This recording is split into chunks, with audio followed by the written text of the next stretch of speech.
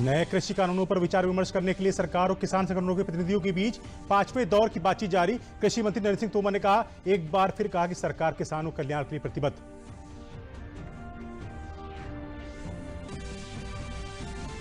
मुख्यमंत्री योगी आदित्यनाथ ने परिषदीय सरकारी स्कूलों के 36,590 सहायक अध्यापकों को दिए नियुक्ति पत्र। मुख्यमंत्री ने शिक्षकों से मेहनत और ईमानदारी से शिक्षक का धर्म निभाने की दी सीख।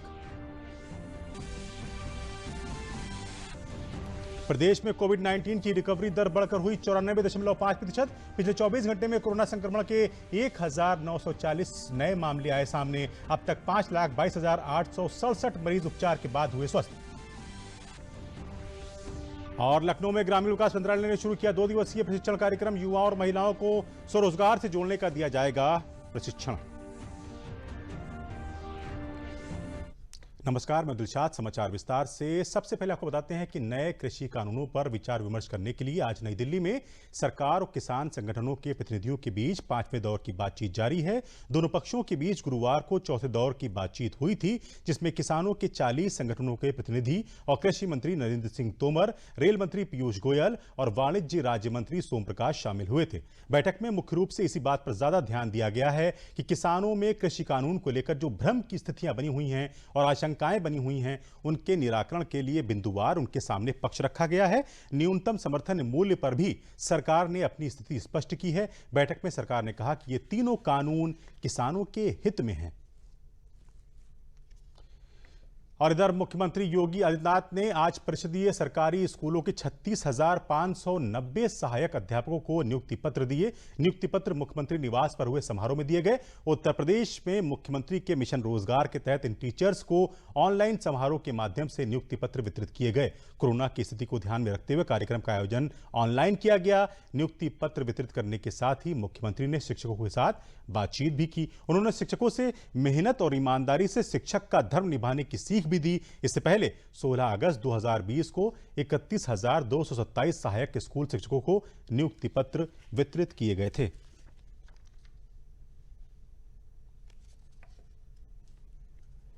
हमारे लिए ये नियुक्ति प्रक्रिया पूरी पारदर्शी तरीके से संपन्न करना इसलिए भी महत्वपूर्ण था क्योंकि प्रदेश के अंदर हमारे पास 1,58,000 से अधिक बेसिक शिक्षा परिषद के विद्यालय हैं और 1,58,000 से अधिक बेसिक शिक्षा परिषद के इन विद्यालयों में बहुत सारी जगह ऐसी स्थिति थी जहां पे या तो शिक्षक नहीं थे विद्यालयों में या एकल शिक्षक के कारण एक विद्यालय में अगर 5 क्लासेस चल रही हैं तो उम्मीद करना कि एक शिक्षक 5 क्लासेस एक साथ ले लें तो इन बच्चों के साथ अन्याय है।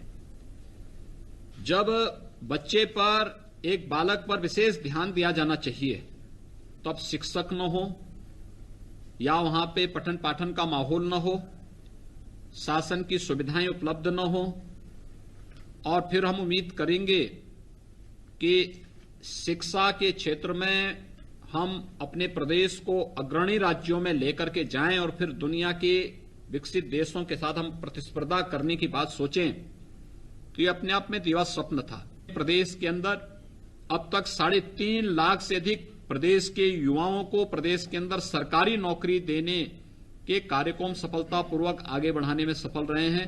3.5 लाख का आंकड़ा ये आज पूरा हो चुका है। अब नई प्रक्रिया इसके बाद फिर हम लोग शुरू करेंगे। कोविड-19 की संक्रमण की स्थिति को देखते हुए हम लोग एक बार इसका अध्ययन कर रहे हैं, वैक्सीनेशन की प्रक्रिया पूरी हो जाए, इसके बाद नई प्रक्रिया अलग अलग विभागों में, बेसिक शिक्षा परिषद के भी और अन्य विभागों में जो भी होंगे, इन सबको आगे बढ़ाने, तेजी के साथ आगे बढ़ाने का कार्य शासन स्तर पर प्रारंभ होगा।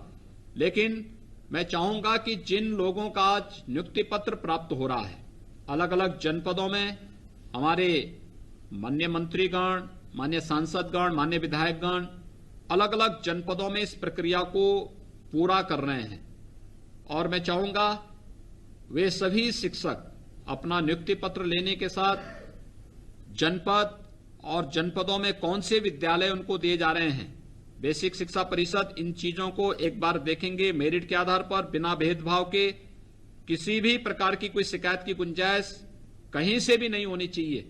पूरी पारदर्शी तरीके से कार्यक्रम होने चाहिए और इस प्रक्रिया को पूरा करते हुए हम लोग बेसिक शिक्षा परिषद के उन सभी जो सुधारात्मक कदम बेसिक शिक्षा परिषद ने इस दौरान उठाए हैं, इन सभी को हमें तीव्र गति से आगे बढ़ाने का कार्य अब प्रारंभ करना चाहिए। जब भी बेसिक शिक्षा परिषद में बच्चों को विद्यालय में बुलाने की प्रक्रिया आगे बढ़ेगी, हम उस दौरान इस कार्यक्रम को और तीव्रता के साथ आगे बढ़ाने का कार्य करेंगे। वहीं बदायूं में आज प्रदेश सरकार में कैबिनेट मंत्री और जनपद के प्रभारी मंत्री लक्ष्मी नारायण चौधरी ने कलेक्ट्रेट प्रांगण में आयोजित प्राइमरी शिक्षक नियुक्ति पत्र समारोह कार्यक्रम में शिरकत करते हुए जनपद में 1900 नव नियुक्त शिक्षकों को नियुक्ति पत्र वितरित किए। कार्यक्रम के बाद पत्रकारों से बात करते हुए कैबिनेट मंत्री ने कहा कि प्रदेश में शिक्षकों की भारी कमी थी, जो अब पूरी हो जाएगी। उन्होंने किसानों के मुद्दों पर बोलते हुए कहा कि किसानों का जो बिल केंद्र की मोदी सरकार ने पास किया है वो किसानों के हित में है। उन्होंने कहा कि किसान आंदोलन कांग्रेस का षड्यंत्र है। हमारी सरकार ने आदरणीय योगी जी के नेतृत्व में 69,000 शिक्षकों की भर्ती आज नियुक्ति पत्र बांट के पूरी की है। जहां एक तरफ इस वैश्विक महामारी कोविड के दौरान बेरोजगारी पूरे विश्व में फैली है, वहाँ उत्तर प्रदेश सरकार 69,000 शिक्षकों के रूप में एक साथ नियुक्ति पत्र दे रही है। इसके अलावा पुलिस की भर्ती, अन्य विभागों की भर्ती के द्वारा भी रोजगार उपलब्ध कराया जा रहा है। किसान आंदोलन एक मात्र पंजाब को लेकर के बड़ा विषय है। वहाँ की सरकार किस तरह से किसानों को आगे बढ़ा रही है आंदोलन के लिए, मैं कह सकता हूँ कि देश भर के किसान माननीय मोदी जी की नीतियों से प्रसन्न हैं। और चूंकि किसान है, किसान के नाम पर आंदोलन हो रहा है, इसलिए सरकार ने खुले मन से माननीय कृषि मंत्री जी ने, हमारे शीर्ष नेतृत्व ने लगातार उनसे वार्ता की है और हम इसका पटाक्षेप करना चाहते हैं। उधर बस्ती जिले के प्रभारी मंत्री मोती सिंह ने 832 नव नियुक्त शिक्षकों को नियुक्ति पत्र वितरित किए। उन्होंने नव नियुक्त शिक्षकों को बधाई दी। कुछ बच्चों का परिणाम माननीय न्यायालय में वाद लंबित होने के कारण जारी नहीं हुआ था नियुक्ति पत्र। माननीय न्यायालय ने उन्हें भी नियुक्ति पत्र दिए जाने के निर्देश दिए, जिसके अनुपालन में उत्तर प्रदेश के आदरणीय मुख्यमंत्री श्री योगी आदित्यनाथ जी ने और हमारे यशस्वी बेसिक शिक्षा मंत्री डॉक्टर सतीश द्विवेदी जी, जो आपके मंडल के निवासी भी हैं, अथक प्रयास करके अपने युवा बेटों और बेटियों के हित को देखते हुए 36,590 बच्चों को, जिसमें कुछ बच्चे किसी का डॉक्यूमेंट कम था या अपीयर नहीं हुए, ज्वाइन नहीं करना चाहे, तो उनकी संख्या बहुत कम है। 36,590 को मुख्यमंत्री जी ने इसकी शुरुआत की और हम लोग उसका अपने जनपदों में उसका कार्यक्रम कर रहे हैं। खुशी की बात यह है कि 832 बच्चे बस्ती जनपद को मिले हैं, जो हमारे उन विद्यालयों में जाएंगे जहां पर हमारे पास टीचर्स की कमी है। इस मौके पर नियुक्ति पत्र प्राप्त करने वाली श्वेता त्रिपाठी ने योगी सरकार को धन्यवाद दिया। को नियुक्ति पत्र जो दिया गया है उससे हमें बहुत ही खुशी की प्राप्ति हो रही है और हम सरकार को भी बहुत धन्यवाद देना चाहेंगे कि उन्होंने ये गुणवत्तापूर्ण शिक्षा को बहुत ही अच्छा सुअवसर प्रदान किया है, ताकि हम सभी भावी शिक्षक इस क्षेत्र में अपना योगदान दे सकें। उत्तर प्रदेश सरकार को बहुत धन्यवाद। समाचार अभी और भी हैं, पहले लेते हैं ये विराम।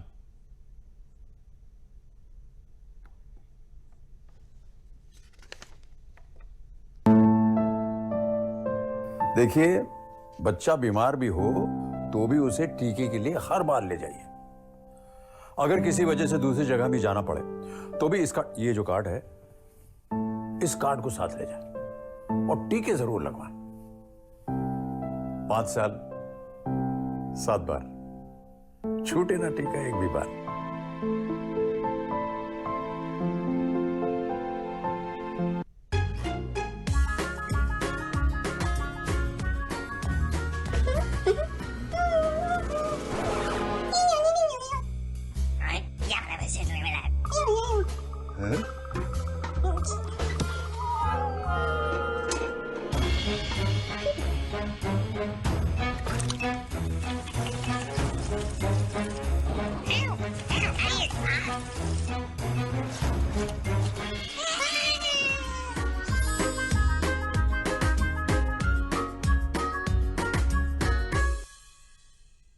आज मार्क को टेलीग्राम भेज दोगे ना? मुझ पे छोड़ दो। अब तो हमारा परिवार पूरा है और बच्चे नहीं। मुझ पे छोड़ दो। पूरे परिवार का ख्याल तो हमें रखना है। तभी तो हमने निर्णय लिया है कि मैं नसबंदी करवाऊंगा। और मुझे पता है इससे किसी तरह की कमजोरी नहीं होती। ये नई तकनीकी पुरुष नसबंदी है, न चीरा न टांका, इसमें समय भी कम लगता है और कोई परेशानी भी नहीं होती। पति पत्नी करें विचार, स्वस्थ नारी स्वस्थ परिवार। अपर मुख्य सचिव स्वास्थ्य अमित मोहन प्रसाद ने प्रेस वार्ता में बताया कि प्रदेश में पिछले 24 घंटे में कोरोना संक्रमण के 1940 नए मामले सामने आए हैं और पिछले 24 घंटों में ही 2230 कोरोना संक्रमित मरीज उपचार के बाद पूरी तरह से ठीक होकर डिस्चार्ज किए गए हैं। प्रदेश में कोविड-19 के एक्टिव मरीजों की संख्या 22,245 है। अब तक प्रदेश में कोरोना संक्रमण से 5,22,867 मरीज उपचार के बाद स्वस्थ होकर डिस्चार्ज किए जा चुके हैं, जिसके बाद प्रदेश में रिकवरी दर बढ़कर 94.5% हो गई है। उन्होंने बताया कि प्रदेश में अब तक कोरोना संक्रमित मरीजों में से 7,900 मरीजों की मृत्यु हो चुकी है।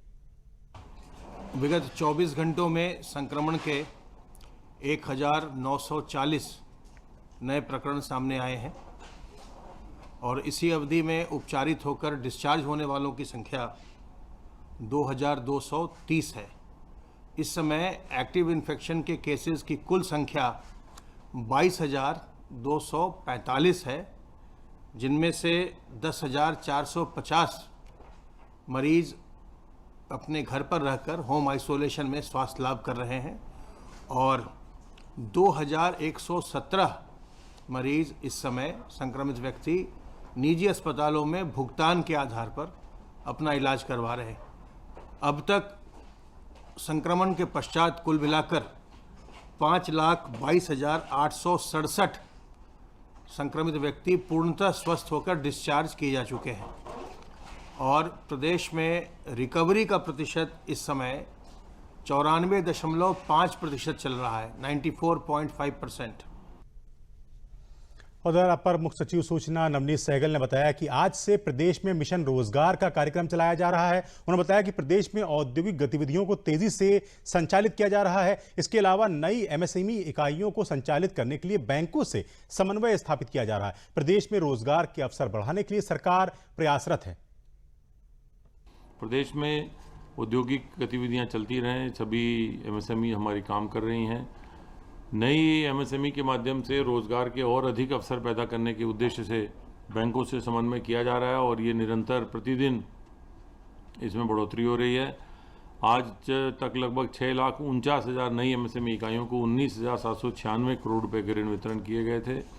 आज से प्रदेश ने मिशन रोजगार का कार्यक्रम भी चलाया है, जिसमें कि सरकारी नौकरियों के अतिरिक्त स्वरोजगार, रोजगार, कौशल प्रशिक्षण के माध्यम से रोजगार, ये सारे कार्यक्रमों का जनपदवार एक कार्य योजना बनाकर और विभागवार कार्य योजना बनाकर उनका अनुपालन किया जाएगा, उनको लागू किया जाएगा तथा समय समय पर समीक्षा की जाएगी तथा प्रयास किया जाएगा कि इस वर्ष पूरे वर्ष में लगभग 50 लाख लोगों को रोजगार, स्वरोजगार, कौशल प्रशिक्षण के माध्यम से रोजगार में लगाया जाए।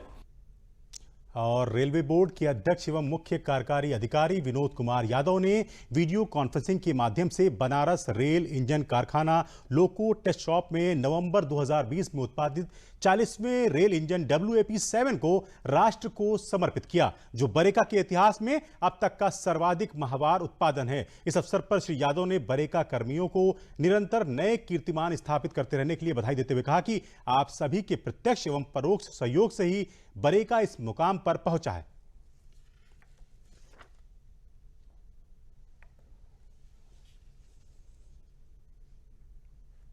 उसने जुलाई के महीने में 31 लोकोमोटिव्स का एक नया कीर्तिमान इस्टेब्लिश किया था। दैट मीन्स एक महीने में सबसे ज़्यादा इलेक्ट्रिक लोकोमोटिव्स का। मगर अब नवंबर के महीने में हमने 40 लोकोमोटिव्स प्रोड्यूस करके पहले का रिकॉर्ड भी तोड़ दिया है और अब हम अपने पीक परफॉर्मेंस पे आ गए हैं। ये एक नया रिकॉर्ड है। दूसरा रिकॉर्ड ये स्थापित किया है कि कम नंबर ऑफ वर्किंग डेज में, मतलब हम लोग अप्रैल के महीने में शटडाउन में थे, मई में केवल 8 लोकोमोटिव्स का प्रोडक्शन हुआ था। अब इतने ही कम समय में हमने जो नवंबर तक लास्ट ईयर 168 लोकोमोटिव्स प्रोड्यूस किया था, अब हमने नवंबर 2020 में 169 लोकोमोटिव्स प्रोड्यूस करके एक किस्म का रिकॉर्ड स्थापित किया है, क्योंकि नंबर ऑफ वर्किंग डेज कम थे और नंबर ऑफ लोकोमोटिव्स हमने ज़्यादा उत्पादन किया। समाचार लगातार जारी हैं, यहां पर लेते हैं छोटा सा विराम।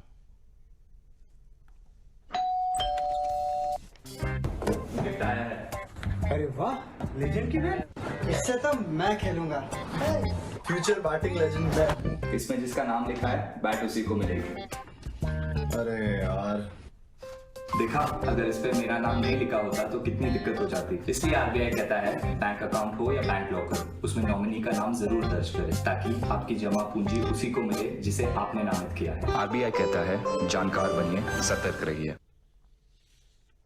गांवों एवं शहरों में युवाओं और महिलाओं को स्वरोजगार से जोड़ने व उनको किसी न किसी काम का प्रशिक्षण देने के उद्देश्य को लेकर ग्रामीण विकास मंत्रालय लगातार प्रयासरत है। इसी कड़ी में ग्रामीण विकास मंत्रालय द्वारा लखनऊ में 2 दिवसीय domain skill trainer certification and training और ट्रेनर्स कार्यक्रम का आयोजन किया जा रहा है। ये प्रशिक्षण ऑफलाइन और ऑनलाइन दिए जा रहे हैं, जिसमें 381 ट्रेनर्स को प्रशिक्षित किया जाएगा।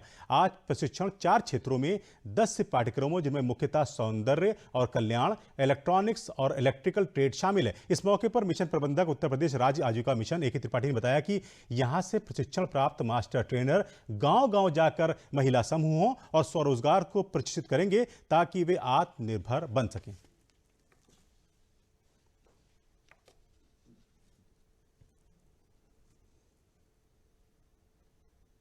ऑफ रूट सिटी का ये प्रोग्राम है, और इसमें जो है जो हमारे ट्रेनर्स थे उनके स्किल्स को और अपग्रेड किया जा रहा है।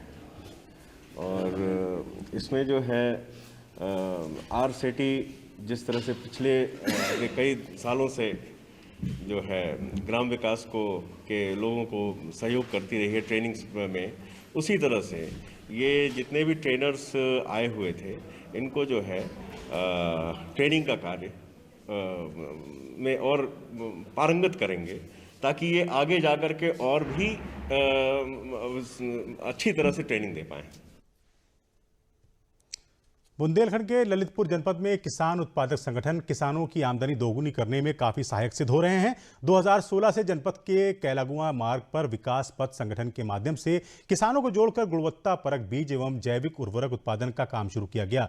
आज 900 से अधिक किसानों के इस बड़े संगठन में फसल उत्पादों के विक्रय की दिशा में भी काम करना शुरू कर दिया है। अब तक जिले के किसानों को मंडी के अलावा अपनी उपज बेचने के लिए विकल्प नहीं था, लेकिन इस किसान उत्पादक संगठन का आईटीसी कंपनी से अनुबंध के बाद यहां की उड़द, सोयाबीन एवं गेहूं आदि फसलों के विक्रय का फायदा मिलना भी शुरू हो गया है। ललितपुर में किसानों के उत्पादों की खरीद खेत पर ही मंडी से 10 से 15% तक अधिक रेटों पर हो जाने से आमदनी दोगुनी करने का जरिया भी प्रशस्त हुआ है।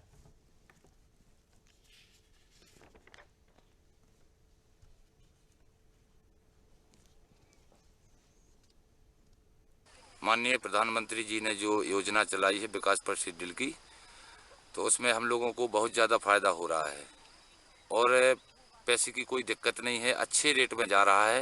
यानी मान के चलिए आपकी ये अगर 8 का जाता है मटर, तो वो 14 की जा रही, 13-14 की जाती है, और पैसे की भी कोई समस्या नहीं रहती है।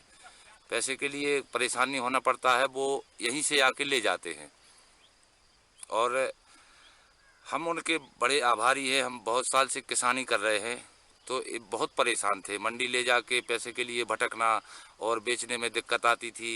ये मंडी का वो क्या बोल आड़त में डाक वगैरह टाइम से नहीं करते थे और इधर उधर ले जाके नंबर 2 में बेच के उल्टा सीधा रेट दे दिया करते थे और वही पैसे में अपना काम चलाया करते थे। कोई व्यवस्था थी नहीं इससे पहले। अब ये जब से ये प्रधानमंत्री जी ने ये योजना डाली है, तो इससे हम किसानों को बहुत फ़ायदा हो रहा है, बहुत अच्छा लग रहा है। हाल ही में विकास पथ एफपीओ ने आईटीसी कंपनी के साथ मिलकर एक एमओयू किया है, जिसमें उनकी उपज का अच्छा मूल्य मिल पाए, तो किसानों को मंडी जाने की ज़रूरत नहीं है। सीधे वो अपने खेत से और विकास पथ के पास अपनी उपज को दे सकते हैं, जिनका उन्हें मंडी मूल्य से लगभग 10 से लेकर 15% तक मूल्य अतिरिक्त मिल पाता है। इससे मंडी में लगने वाला जो 2 से 3% का शुल्क था वो भी बचता है। यहाँ से माल ढुलाई का जो उनका भाड़ा लगता था वो भी बचता है, जिससे उन्हें अपनी उपज का एक अच्छा मूल्य मिल पाता है। माननीय प्रधानमंत्री मोदी जी ने जो स्कीम हमारे देश में चलाई है, विकास पंत। इससे हम लोगों को बहुत फायदा हो रही है। इससे हमारी फसल में दोगुनी आय हो गई है। इसके हमारे लिए अच्छे रेट मिलते हैं और मंडी से दोगुने भाव मिलते हैं। और सबसे बड़ी फायदा तो ये है कि हमारे यहाँ से बीज घर पर दे जाते हैं और जो उपज होती है वो यहीं से ले जाते हैं मंडी से दोगुने भाव में। इससे हमारे लिए बहुत आय हुई है। बिचौलियों में जो बर्बाद होता था पैसा और हमको मंडी जाना पड़ता था, तो इन्होंने जो है बीज देते समय ही इसका एग्रीमेंट कर लिया कि हम आपके खेत से ही 10% लाभकारी मूल्य मंडी रेट से 10% अधिक दे करके आपका परचेज कर लेंगे। तो ये काफ़ी लाभकारी सिद्ध हो रहा है हमारे बुंदेलखंड में और पूरे भारत में भी लाभकारी होगा। 5 दिसंबर को विश्व मृदा स्वास्थ्य दिवस मनाया जाता है। किसानों की आय दोगुनी करने के लिए प्रधानमंत्री नरेंद्र मोदी द्वारा वर्ष 2015 में किसानों के लिए मृदा स्वास्थ्य परीक्षण निःशुल्क कर दिया गया था। इसके पहले मृदा परीक्षण का किसानों से 150 रुपये शुल्क लिया जाता था। उसी क्रम में आज अतरौलिया विकासखंड के बढ़िया ग्राम में 100 किसानों को मृदा स्वास्थ्य परीक्षण कार्ड वितरित किया गया। कार्यक्रम में वरिष्ठ कृषि वैज्ञानिक डॉक्टर KM सिंह ने बताया कि आज के दिन किसानों को मृदा स्वास्थ्य कार्ड का वितरण करते हैं और मिट्टी में पोषक तत्वों की कमी के बारे में बताकर कमी वाले पोषक तत्वों के प्रयोग से फसल में कम लागत पर अधिक उत्पादन के बारे में बताते हैं।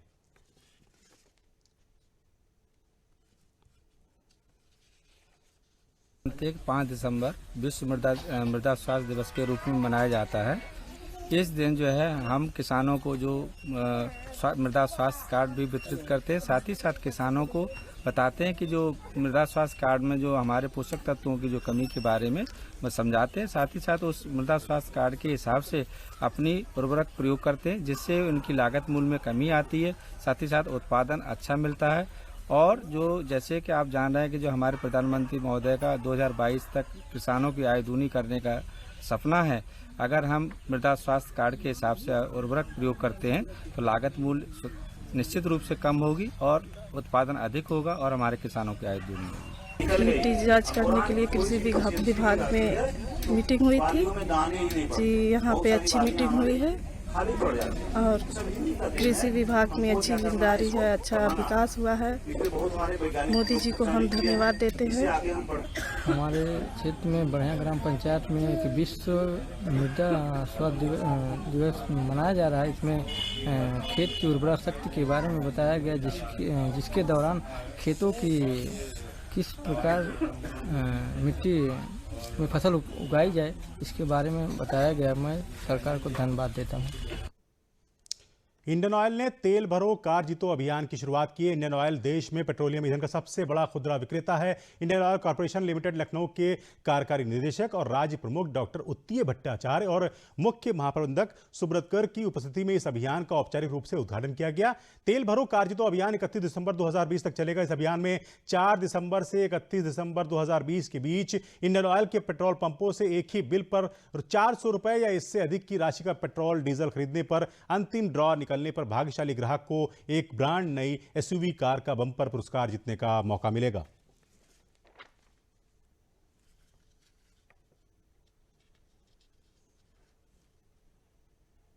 जो भी तेल खरीदेंगे 400 रुपया के ऊपर पेट्रोल या डीजल दिन में 2 बार आप खरीद सकते हैं, 2 डिफरेंट इनवॉइसेस में, रिसिप्ट में, और आप ये प्रतियोगिता में भाग ले सकते हैं। पेट्रोल, डीजल, लुब्रिकेटिंग ऑयल कुछ भी खरीदिए, आपको रिवार्ड आते रहेगा और रिवार्ड के बदले में आप तेल ले सकते हैं।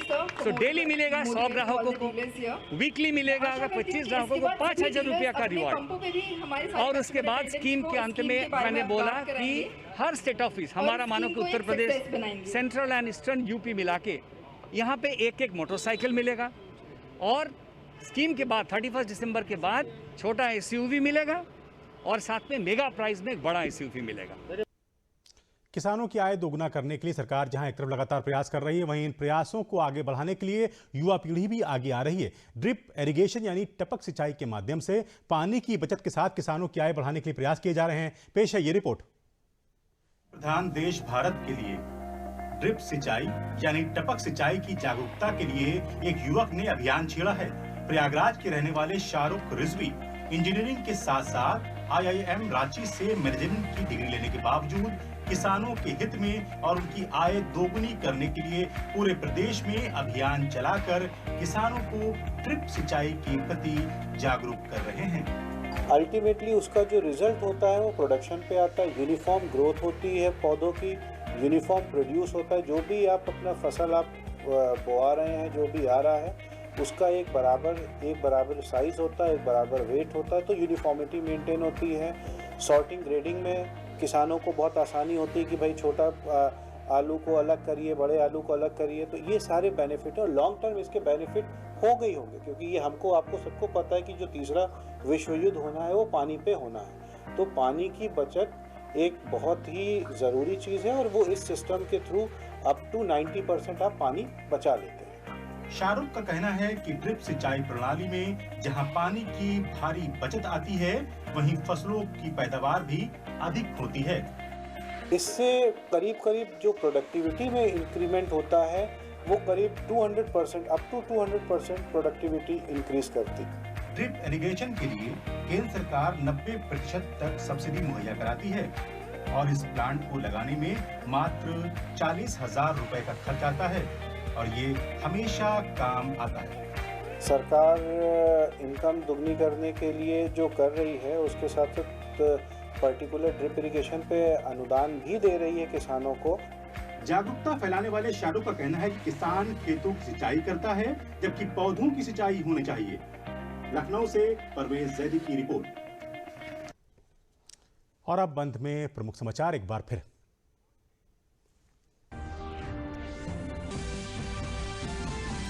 नए कृषि कानूनों पर विचार विमर्श करने के लिए सरकार और किसान संगठनों के प्रतिनिधियों के बीच 5वें दौर की बातचीत जारी। कृषि मंत्री नरेंद्र सिंह तोमर ने एक बार फिर कहा कि सरकार किसानों के कल्याण के लिए प्रतिबद्ध है।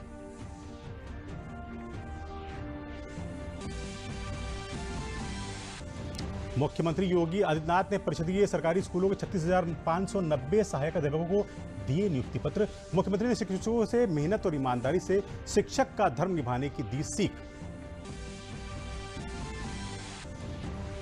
प्रदेश में कोविड-19 की रिकवरी दर बढ़कर हुई 94.5%। पिछले 24 घंटे में कोरोना संक्रमण के 1,940 नए मामले आए सामने। अब तक 5,22,867 मरीज उपचार के बाद हुए स्वस्थ। और लखनऊ में ग्रामीण विकास मंत्रालय ने शुरू किया 2 दिवसीय प्रशिक्षण कार्यक्रम। युवाओं और महिलाओं को स्वरोजगार से जोड़ने का दिया जाएगा प्रशिक्षण।